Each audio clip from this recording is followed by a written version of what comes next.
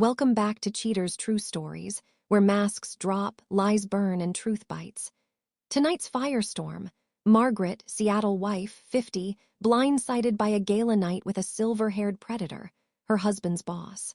One reckless fling torched her quiet life, and she threw down the gauntlet. See me or I'm gone. Brace yourself, it's brutal and bold. Smash that like, spill your thoughts below, and subscribe. Your support ignites more stories like this. Let's jump in. At 50, I thought I'd hit the end of the road. Life whittled down to a tidy little box. My Seattle garden was my sanctuary, roses bending to my will under gray skies. Afternoons melted into books, dog-eared thrillers or sappy romances I'd read a dozen times. Nights, I'd sit across from Daniel, my husband of 30 years, nodding through his work rants while the clock ticked us into oblivion. It wasn't awful, just numb, a slow bleed into irrelevance I'd learned to swallow. I'd been the good wife, the steady hand, kept the house warm, his shirts crisp, his ego fed. But somewhere along the line, I'd stopped feeling the weight of my own heartbeat. Until one night blew the lid off everything, and damn, it felt like waking up from a coma. The spark hit at Daniel's company gala, a glitzy blowout in a Seattle hotel that oozed excess, chandeliers dripping gold, the Puget Sound shimmering beyond floor-to-ceiling glass, a string quartet purring through the buzz of power suits and champagne flutes. Daniel was in his zone, gray suit sharp as a blade, laugh booming, the exec he'd spent decades becoming. I'd slipped into an emerald dress that hugged my curves tighter than I'd dared in years, not here to steal the show, just to prop him up like always. He dove into the crowd. Handshakes, backslaps, the whole kingpin routine. While I lingered with the wives, swirling Pinot and faking smiles through their chatter about yoga retreats and private schools. Then Thomas Hargrove cut through the haze like a shark in shallow water, Daniel's boss, mid-60s, lean and lethal, silver hair framing eyes that could strip you bare. "Margaret," he said, voice low and smooth, "can I steal you for a minute?" My stomach flipped, half nerves, half thrill. Yeah, sure," I said, brushing it off with a shrug. "What's this about?" He flashed a crooked grin, nodding toward a hallway. "Somewhere we can actually hear ourselves think." I followed, heels clicking on glass, the gala's hum fading as we slipped into a private suite, dim lights casting shadows, leather chairs sunk deep, the sound stretching dark and restless outside. The air crackled, heavy with something I couldn't pin down, and I liked it more than I'd admit.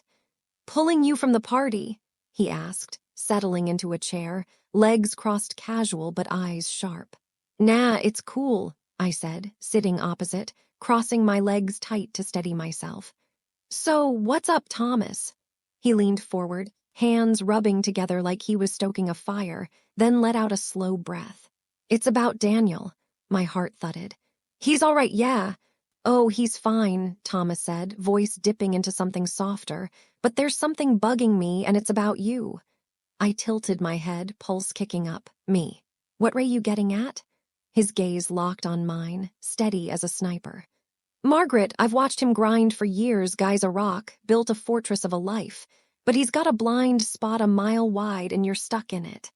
I blinked, breath snagging. "Hold up, what's that mean?" "He doesn't see you," he said, voice low, sliding under my skin. "I watch you at these things, holding it all together, lighting up corners he doesn't even glance at. When's the last time he looked at you and saw the woman, not just the wife who keeps his train on the tracks?" My throat went dry, words stalling. "Daniel's good to me." "Good's not enough," he cut in, eyes blazing now. "You're a damn force, Margaret, wild, alive, and he's letting you waste away. I see you fading and it pisses me off." Heat surged up my spine, anger, sure, but something hotter too. "I'm not here to mess with you," he said, easing back, "but I can't keep my mouth shut about it." "You deserve to be wanted," he said, voice a rough whisper, like a promise dipped in sin. It slammed into me, lust, truth, a wake-up call I hadn't asked for. My legs wobbled as I stood, dress rustling loud in the quiet. I gotta think," I mumbled, bolting back to the gala. Daniel was mid-story, barely flicking me a nod, Same old shit. Thomas's words sank teeth in. I was a ghost, and I was done pretending it didn't sting. The ride home was a silent war zone, rain hammering the car, Daniel's hands tight on the wheel, jaw locked. Good time, he tossed out, flat as ever. Yeah, real wake-up call, I said, voice sharp. He grunted, conversation dead.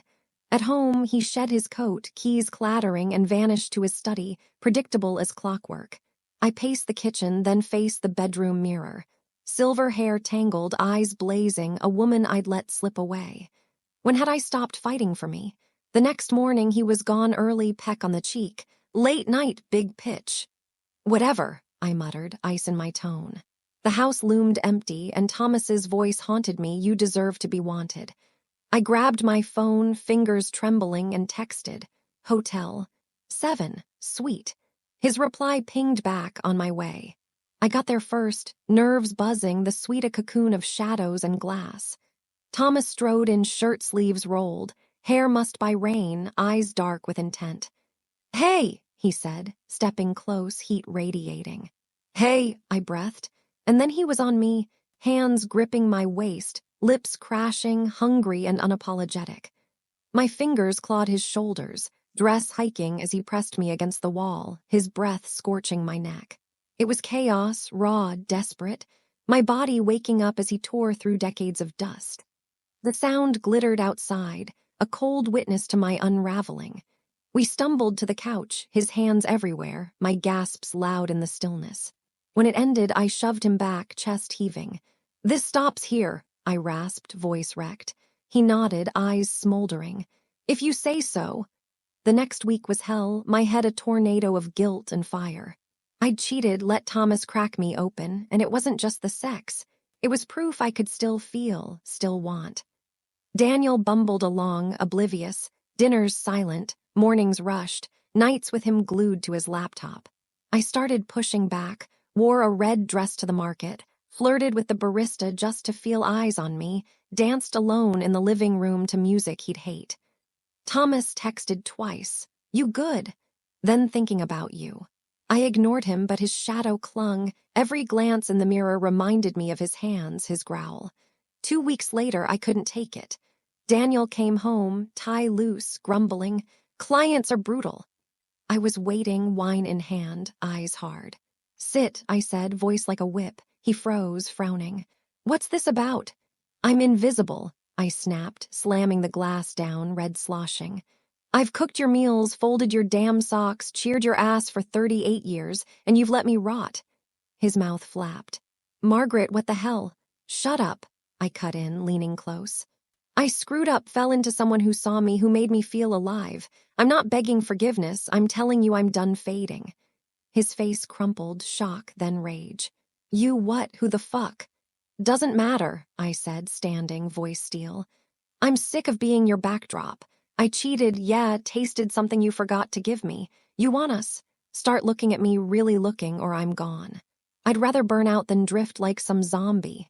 He gripped the table, knuckles white, eyes wide, finally seeing. You're serious, he croaked. Dead serious, I shot back, unflinching. I've got life left and I'm not wasting it. The air choked with silence. He scrubbed his face, voice breaking. I didn't know you were this far gone. You didn't care to look, I said, cold.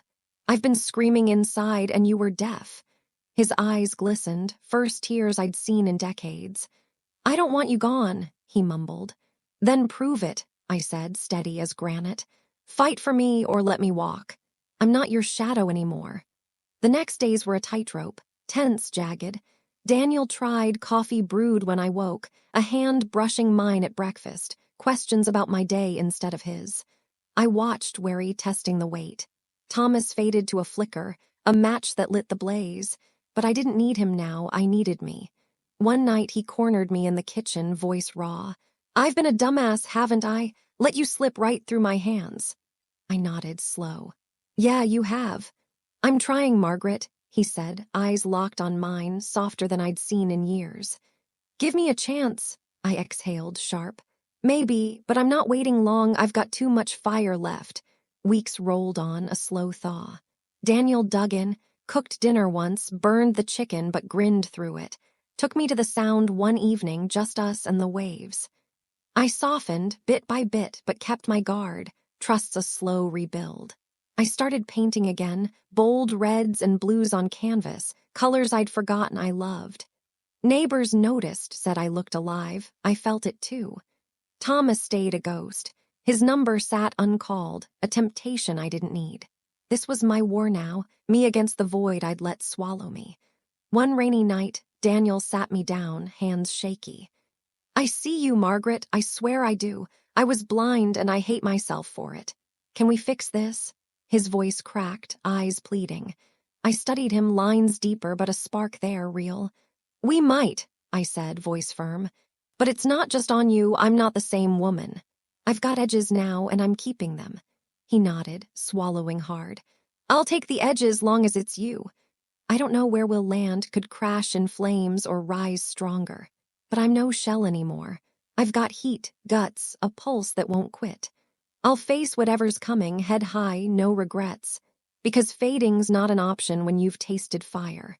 So that's my saga. At 50, I cheated with his boss, torched my old life, and told Daniel to step up or step out. I'm no fading flower. I'll fight, burn, live, no matter the wreckage. What's your call, reckless queen or chaos magnet? Smash that like button, spill your thoughts in the comments, and subscribe to catch our next wild ride. Hit that bell, more raw, real stories are dropping soon.